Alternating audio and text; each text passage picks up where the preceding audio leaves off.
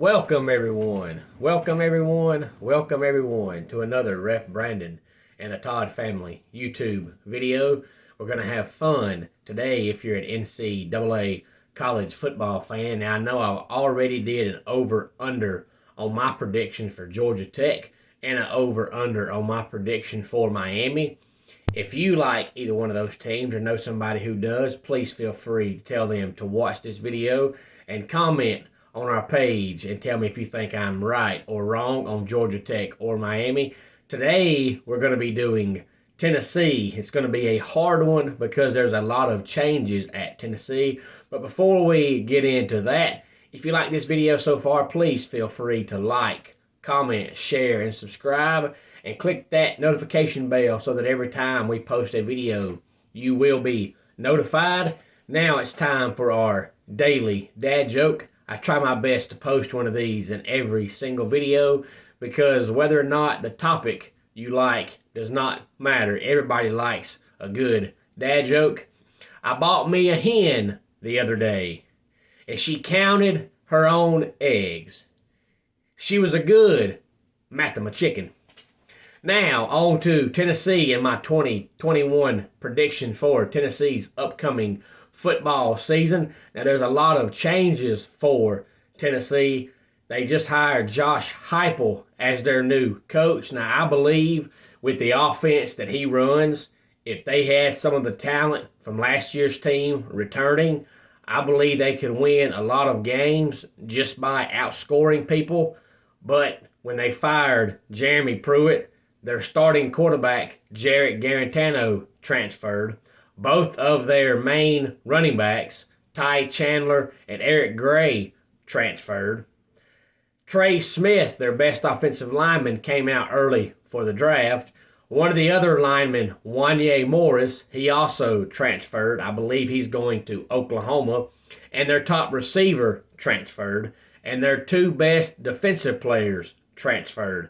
So it's going to be kind of hard to do a prediction on them because nobody really has any idea who their starting running back is going to be, who their starting linemen are going to be, who their starting quarterback is going to be. I believe it's going to be Harrison Bailey, who actually started last year's season finale against Florida, but they have Virginia Tech transfer quarterback Hendon Hooker coming in, and he's a better runner than Harrison Bailey is. And Josh Heupel's offense, he likes to use dual threat quarterbacks. So it's probably going to be Harrison Bailey or Hendon Hooker, but nobody really has any idea which one it's going to be. And like I said, both of their leading running backs transferred. So there's a lot of questions surrounding Tennessee. So taking a guess on how many games they're going to win or lose is really, really a hard thing. I believe Josh Heupel could be a good coach if they give him time. But Tennessee has a bad habit of wanting to change coaches every 3 or 4 years because they think they're the 90s Tennessee that's winning 9 or 10 games every year, and that's just not going to happen. They didn't give Derek Dooley enough time. Butch Jones had 3 decent seasons, 1 great season, and then his first bad season, they fired him. And then Pruitt got 3 years, and they fired him. Now, I think Pruitt was a terrible football coach. When you cheat and you still only win 3 games, yeah, you're terrible. But 3 years is still not very long.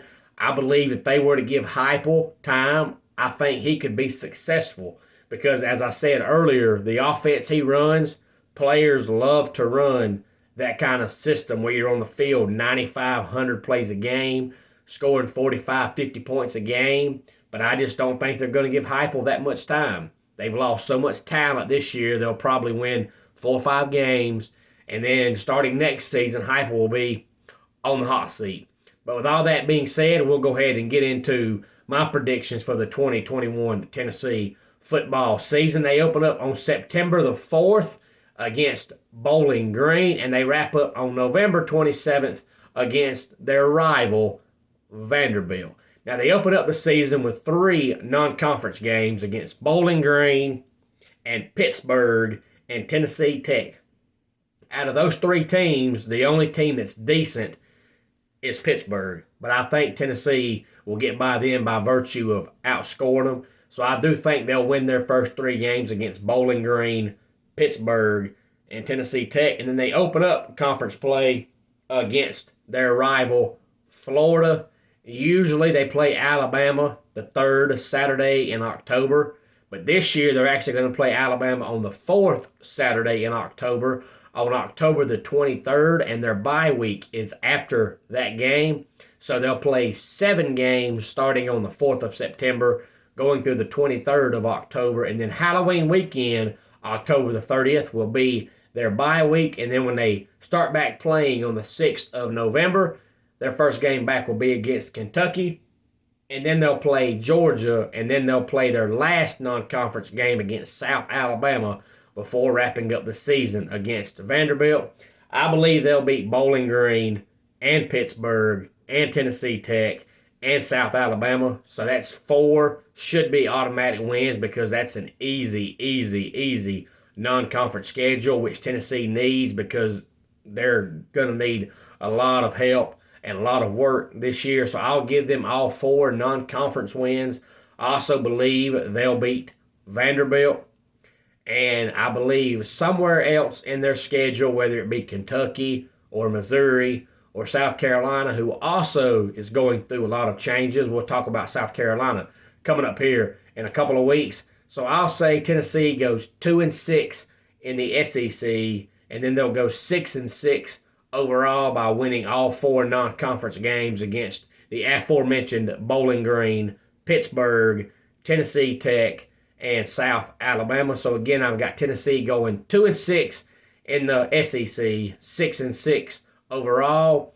If you are a Tennessee fan or know someone who is, please feel free to tell them to watch this video and then comment and tell me whether you think I'm right or wrong, or if you're still not sure, because it still is a few months until football season. We really haven't gotten into spring practice fully yet. Most teams have their spring games coming up in the month of October. And again, please feel free to subscribe to the channel. And as always, as I've reminded you, when we get to 100 subscribers, we're going to be having our first giveaway. We're almost 3/5 of the way there, so let's go ahead and get there so that we can tell our friends and family we're going to have a giveaway and find out what that giveaway will be. Until next time, it's Ref Brandon saying, just like in pro wrestling, life can be over by the count of 3. Tell your friends and family how much you love them. Bye.